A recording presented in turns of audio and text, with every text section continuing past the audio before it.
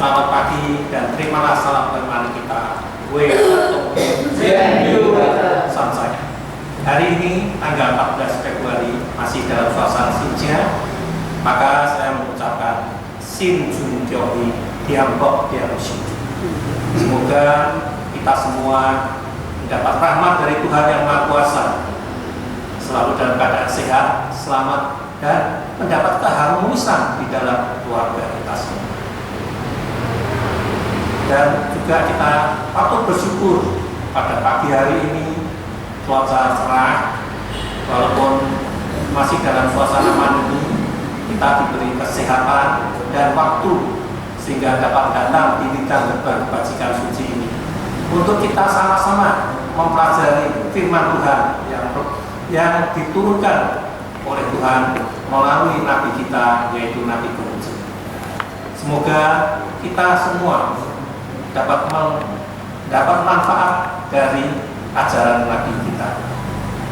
Kemarin saya mendapat telepon dari Pak Haji untuk menggantikan Johnson Anggi yang hari ini semestinya khotbah di sini. Tapi berhubung beliau ada urusan, saya menggantikan. Dan Pak Haji juga minta pesan bahwa berhubung hari ini 14 Februari adalah hari Valentine, maka khotbah supaya dikaitkan dengan hari Valentine.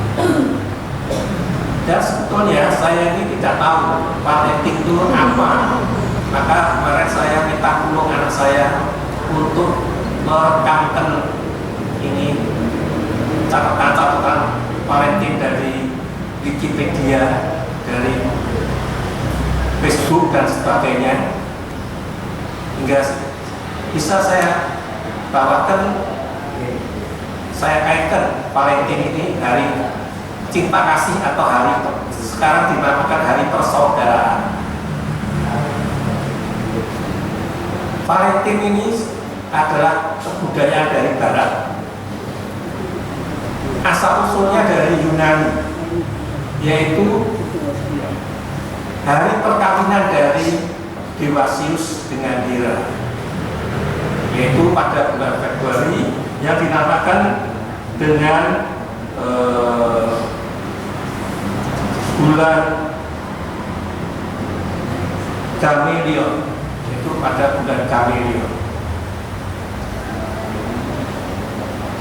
Dan berkembang oleh orang Barat, terutama orang Inggris membawa ke Amerika, yaitu dengan motif sebetulnya adalah untuk ekonomi, karena dengan membuat kartu ucapan selamat Valentine, hari Valentine, itu kartunya itu pelarisnya bukan main, yaitu dengan gambar hati yang dipanah dengan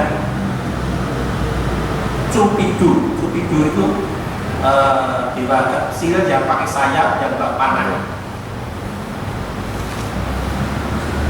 dengan kata-kata kasih sayang.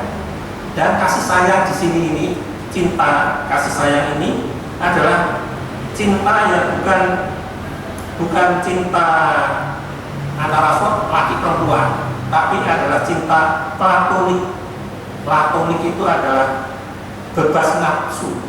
Artinya, jadi antara supaya saya cinta Pak Yanlok, bukan saya senang sama Pak Yanlok, itu udah apa hubungan seks atau bukan apa, bukan, kayak bebas dari nafsu. Jadi antara cinta kasih itu adalah cinta kasih universal.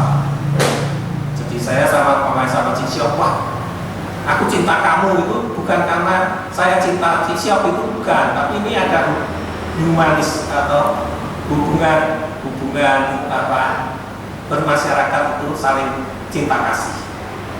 Ini adalah Valentine itu pokok dasarnya adalah itu. Dan karena di latar belakangnya dengan ekonomi, maka hari Valentine itu dulunya adalah memberi bunga. Bagi orang Barat, memberi bunga itu adalah merupakan tanda persahabatan yang baik. Tetapi dengan berkembangnya waktu, yaitu dengan ditemukannya coklat dari Afrika diolah oleh orang Eropa, terutama Belanda, satunya itu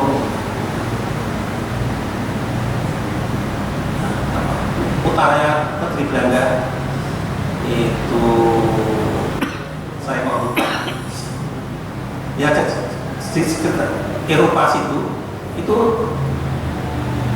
bisa mengolah coklat dengan baik, maka dipromosikan selain memberi bunga juga memberi coklat. Jadi hari Valentine itu mesti memberi bunga, memberi coklat. Tapi pada tahun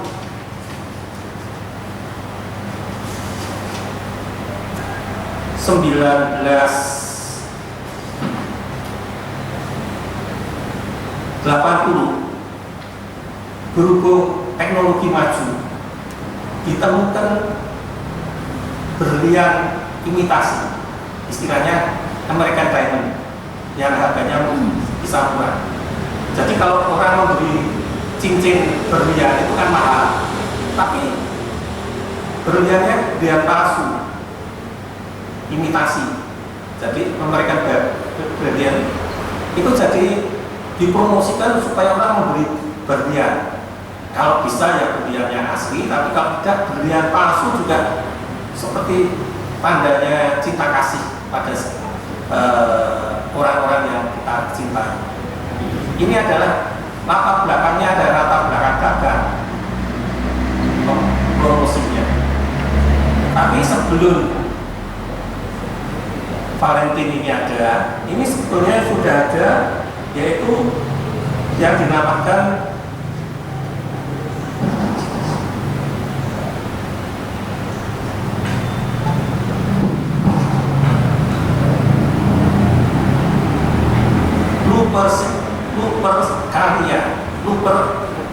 Lupercalia yang dirayakan pada tanggal 15 Februari.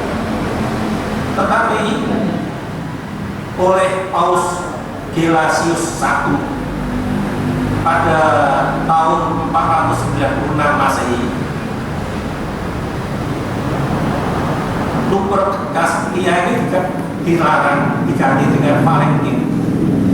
Valentine ini adalah nama dari santo atau orang sucinya Katolik, dan tidak bisa kita tahu karena Valentine itu ada Valentino, orangnya namanya Valentino itu ada 3. Yang mana yang dipakai itu tidak ada, maka cuma diantar oleh Paus itu dia ditetapkan 14 Februari adalah hari Valentine, hari cinta kasih.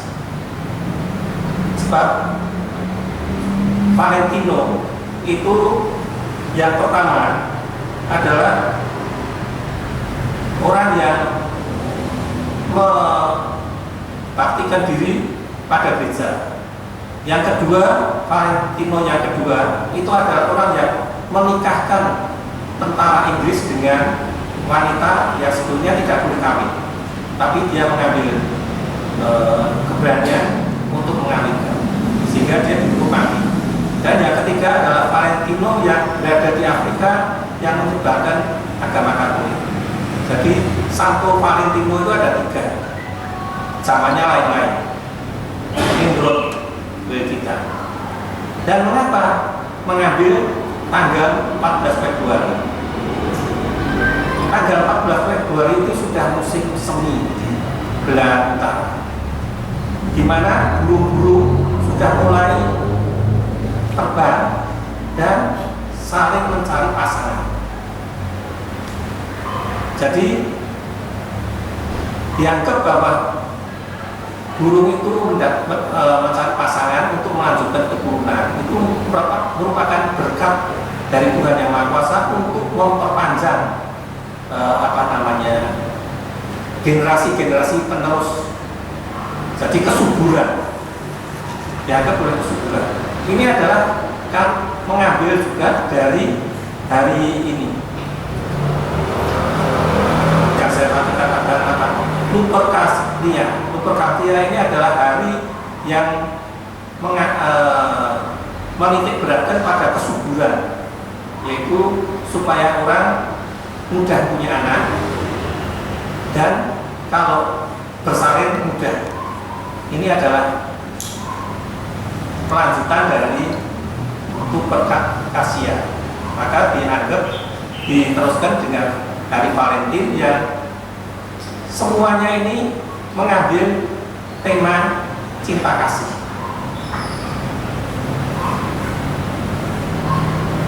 Lalu bagaimana saya mengaitkan hari cinta kasih di Valentin ini dengan agama kita? Maka tadi saya telah mengambil yaitu kitab dari Lunji jilid 12 yang sekali lagi akan saya baca.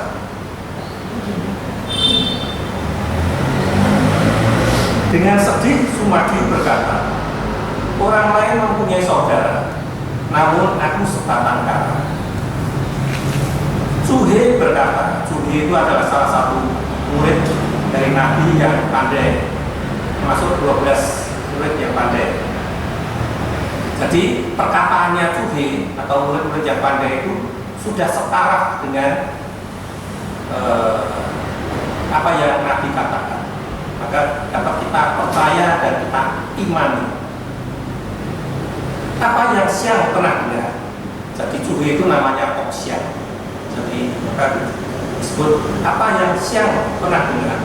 Demikian, mati hidup adalah firman, kaya mulia adalah pada Tuhan yang Maha Esa. Seorang kuncu selalu bersikap sungguh-sungguh, maka tiada hilaf. Kepada orang lain bersikap hormat dan selalu susila, maka di 4 penjuru lautan semuanya saudara. Mengapakah seorang kuncu merana kalau tidak mempunyai saudara? Kata-kata ini sehai cene cesong xiong tinggi itu ada di depan pintu. Kalau kita mau masuk pintu bidang ini, di atasnya ada kata-kata. Itu adalah kata-kata dari Lunji 12 pasal 5 yang sangat terkenal dan merupakan kata-kata dunia. Jadi orang dunia bisa mengatakan di 4 penjuru lautan semua saudara, itu adalah kata-kata dari kitab sesulit. Jadi bukan hanya kitab suci agama lain yang bisa mendunia. Sebetulnya kita punya ajaran yang bisa mendunia. Dan mengapa mengambil bulan Februari? Maka saya mengambil dari kitab Linji.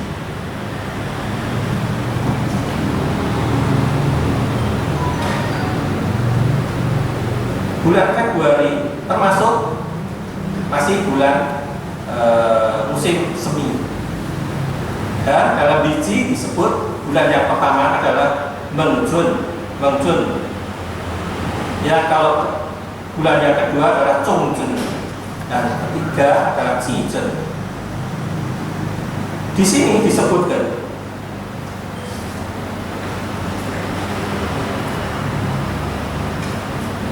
dikeluarkan larangan menebang pohon-pohonan. Jadi pada Mengjun itu dilarang menebang pohon-pohonan. Yang ke-19 dilarang melempar jatuh sarang-sarang burung. Jangan dibunuh serangga yang belum berbentuk. Demikian pula hewan yang masih di dalam kandungan, makhluk yang masih muda, burung-burung yang baru belajar terbang, juga anak rusa dan telur-telur. Jadi tujuannya adalah supaya dapat berkembang biak dengan baik. Yang nomor 22, pada bulan ini tidak boleh ada gerakan militer. Gerakan militer pada saat ini pasti dia menurunkan bencana, yang dimaksudkan tidak mulai melakukan perang, jadi menjaga perdamaian. Ini adalah merupakan masa damai.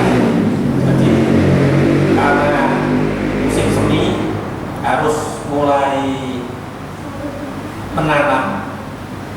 Jadi mulai menanam padi supaya tidak kelaparan. Sebab kalau di sana di utara, kalau sudah musim tanam lewat, itu sudah tidak bisa tanam lagi.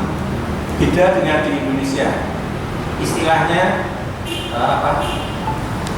batang ditancapkan, tonggak ditancapkan bisa bersemi, tongkat ditancapkan bisa bersemi.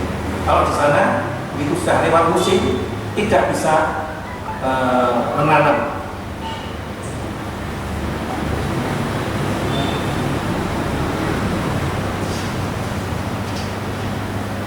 Ini adalah saya kaitkan hari persaudaraan itu di dalam kitab Wiji, juga di dalam kitab Adi-Ibrani.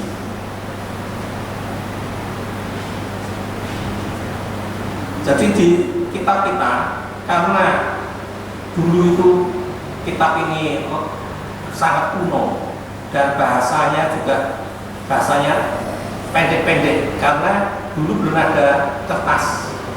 Semua tulisan diukir di kayu. Jadi kalau bahasanya terlalu panjang, diukirnya juga terlalu lama. Jadi hanya beri patokan-patokan. Ini adalah merupakan saya hubungkan dengan kitab kita. Di dalam kitab Adi-Ibrani 12 pasal yang kelima tadi, yang terutama sebetulnya adalah bukan sehai sene Yesus tinggi, tetapi adalah kalimat yang bersumber dari kitab Wiji pula, yang menitik beratkan perkataan hendaklah kau pegang dengan setia dan dapat dipercaya. Jadi orang ini jadi penting kan, ucapan itu harus setia dan dapat dipercaya. Istilahnya ojo isuk gede sore tempe mencela mistri. Jadi kalau orang yang tidak dapat dipercaya, dimanapun dia tidak akan mendapat teman atau saudara. Walaupun kita ini mempunyai uang yang banyak, bisa memberi, tapi tidak akan mendapat kepercayaan dari orang lain.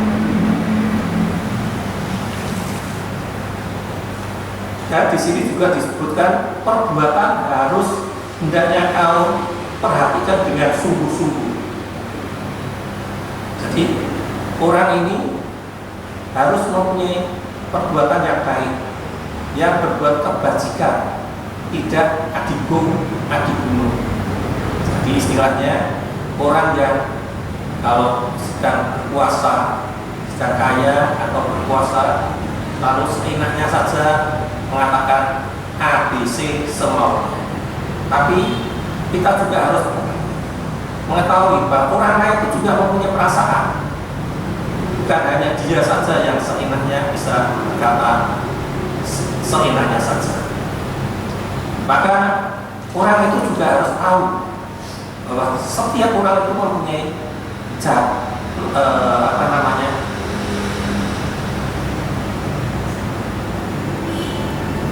mempunyai jabatan atau istilahnya itu isinya. Jadi orang itu mempunyai jabatan dan fungsi masing-masing. Jadi satu orang itu bisa mempunyai jabatan sendiri, tapi juga mempunyai fungsi yang lain.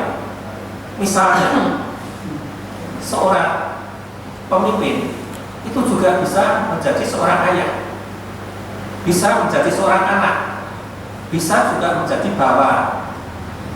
Dan itu semua ada dalam hubungan yang disebut dengan 5 hubungan, yaitu utato. Dan kalau dipersingkat,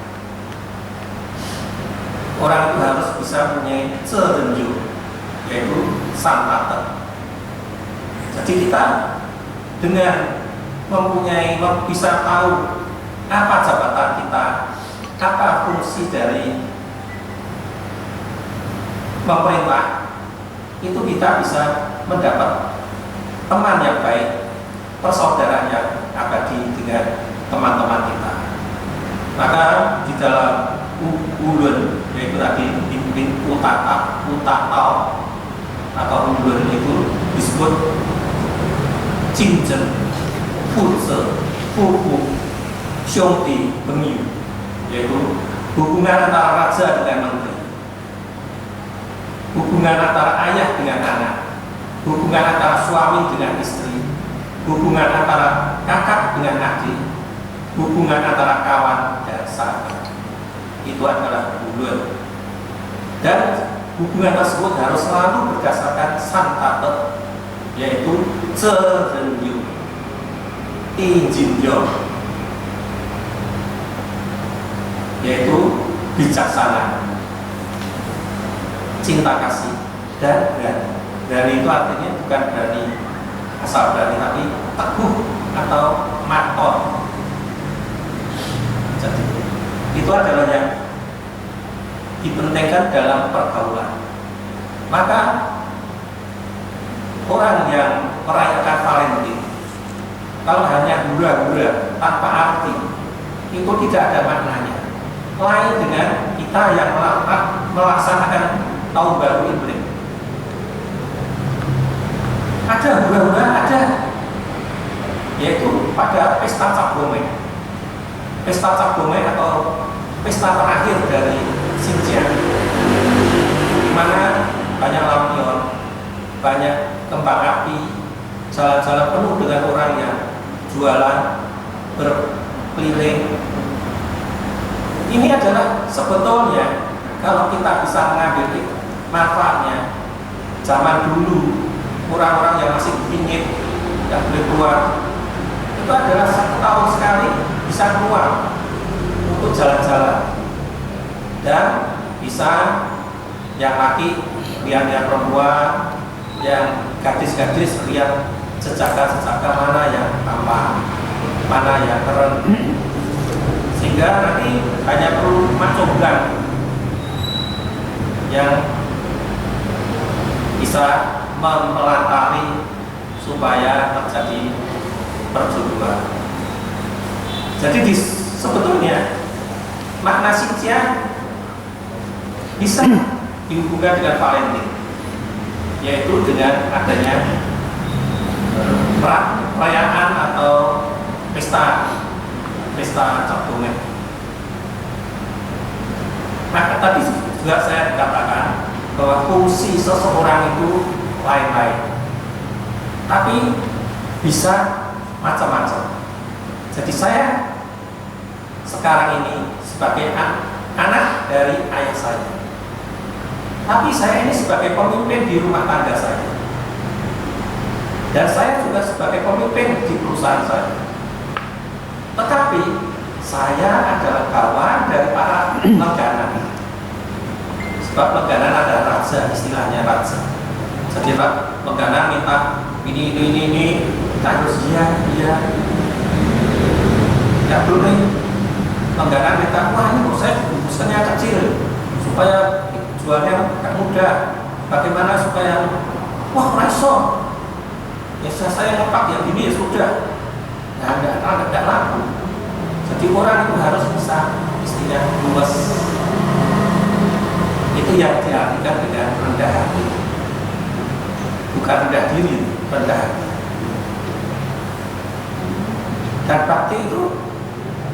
Dan bakti dan rendah hati itu adalah pokok dari cinta kasih. Itu di dalam Nabi jilid 1 ada.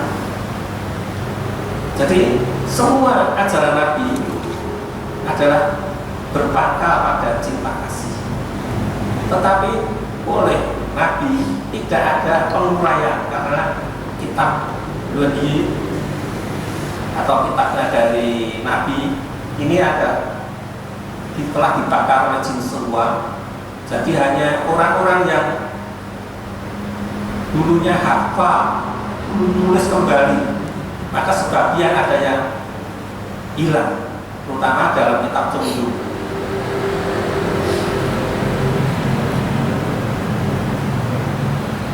Ini adalah suatu gambaran bahwa kita ini harus selalu ada asor, ada hati.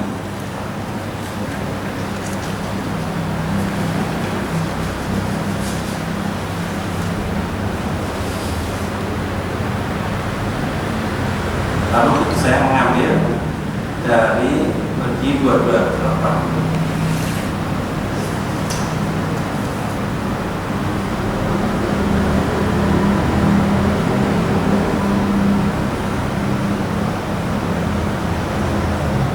Jadi saya teruskan lagi hubungan antara Valentin dengan kitab Wahyu. Di sini kalau kita mau baca Wahyu jilid 12 pasal yang ke-11, inilah dikatakan dia bertanya tentang menjunjung kebajikan dan mencingkirkan pikiran sesat. Dijawab oleh Nabi, utamakanlah sifat setia dan dapat dipercaya. Ikutilah kebenaran, inilah menjunjung kebajikan. Dilanjutkan lagi dengan pada waktu mencintai seseorang, mengharapkan hidup terus. Setelah benci, mengharapkan mati. Itulah pikiran sesat.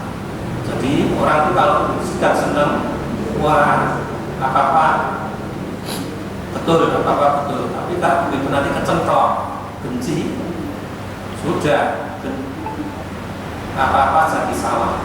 Apa yang diperbuat orang itu. Bukankah ini adalah pikiran yang sesat? Jadi kalau sampai orang ini berpikiran kalau tidak senang lalu supaya orang itu mati saja, itu adalah pikiran yang sesat. Jadi bisa kita katakan bahwa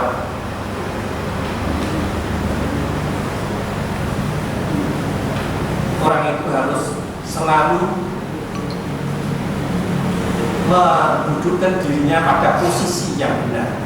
Posisi yang benar. Li itu posisi atau kedudukan yang benar. Maka dilanjutkan dengan Wahyu 12 pasal yang ke-11. Nabi ditanya tentang pemerintahan oleh Pangeran Kim. Nabi menjawab, pemimpin hendaklah menempatkan diri sebagai pemimpin, pembantu sebagai pembantu, orang tua sebagai orang tua, dan anak sebagai anak. Jadi dengan ya, kalau kita sebagai anak jangan membantah orang tua, walaupun orang tua mungkin keliru, tapi haruslah dalam beri pengertian, jangan bentak-bentak atau getak-getak sehingga orang tua menjadi sakit hati.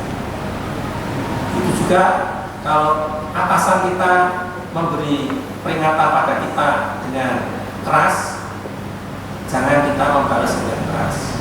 Akibatnya pasti akan dipecat. Ini adalah suatu ajaran yang saya kaitkan dengan Valentin. Dan sebagai penutup, saya ada suatu cerita.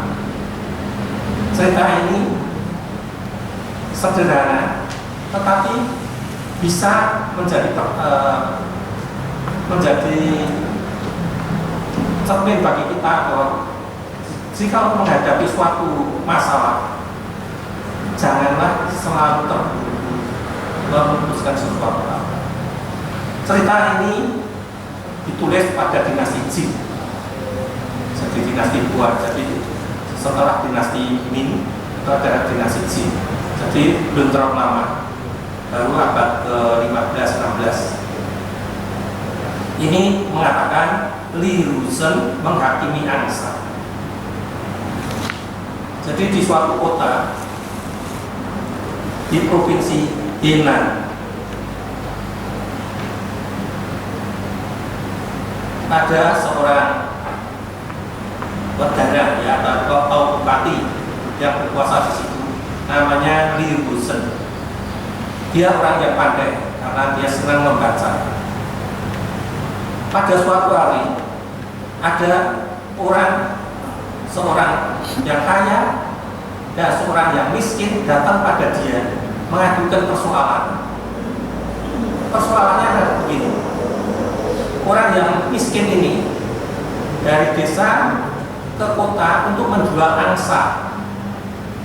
Menjual angsa banyak ya. Bukan bebek lah, banyak. Lalu setelah dia tiba di dekatnya rumahnya orang kaya ini, ada anak kecil yang membakar petasan, mercon, dua. Angsanya itu kaget, ada dua yang masuk ke rumahnya wartawan ini. Lalu dia minta pada wartawannya ini bahwa mengatakan bahwa angsa saya ini terbang masuk ke rumah. Saya akan mengambil. Dan kebetulan wartawan ini juga memelihara angsanya, mempunyai pemeliharaan angsa. Dan karena dia kaya, angsanya terpelihara dengan baik sehingga banyak sekali. Dan dia tidak bisa menghitung berapa banyak angsanya. Mereka saling adu argumen, tidak ada penyelesaian. Maka menyerahkan persoalan ini pada Bupati Durusen. Durusen menerima pengaduan ini.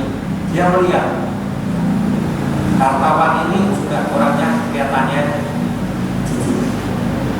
Petani ini kelihatannya juga jujur. Bagaimana ini caranya mengatasi persoalan?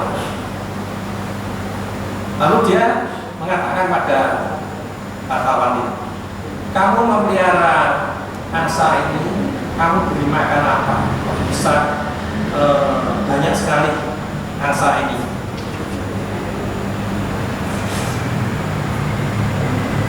Dia mengatakan, saya memberi makan dedak, padi dan jagung. Dia memberi makan dedak, padi dan jagung. Lalu dia tanya pada orang pedagang angsa tadi yang dari desa, angsamu kamu beri makan apa? Karena saya orang desa, saya hanya memberi makan rumput dan sayur-sayuran bekas masakan. Oh iya. Lalu dia minta pada pegawainya, angsa dari hartawan ini kamu ambil semua, bawa ke sini, akan saya adili dan akan saya tanya satu persatu, kamu angsanya siapa? Kaget, musuh angsa tanya, tapi ya nggak ada yang berani karena Bupati kan kuasa. Maka membantunya ke rumahnya hartawan itu, semua angsanya nangkep dibawa ke sini. Pintunya tutup. Jadi pintu kantornya ini, pedagang ini tutup semua. Sediakan kertas dan pensil. Kaget lagi. Mosok angsa kok suruh nulis. Wah, karena ini angsa, dia gak peduli kasih pensil atau kertas. Lari sana lari sini, terbang sana. Dan tidak lupa juga karena binatang angsa itu kan seperti ayam, kemana-mana kan ngelek sini ngelek situ. Setelah angsa-angsa ini lari sana lari sini, terbang sana terbang sini, ngelek, dia suruh orangnya, kamu periksa angsa ini telurnya apa? Kalau telurnya kuning, ini asalnya pertama. Sebab makannya adalah padi dan jagung. Pasti kotorannya masih kuning. Tapi kalau lumut dengan sayur masih akan hijau kotorannya. Lalu kawinnya periksa, di bangsanya ada yang nolek, lihat kotorannya apa, kuning, masukkan ke alat ini. Dan ternyata ada 2 ekor yang kotorannya itu coklat. Jadi petani tadi ternyata tidak bohong,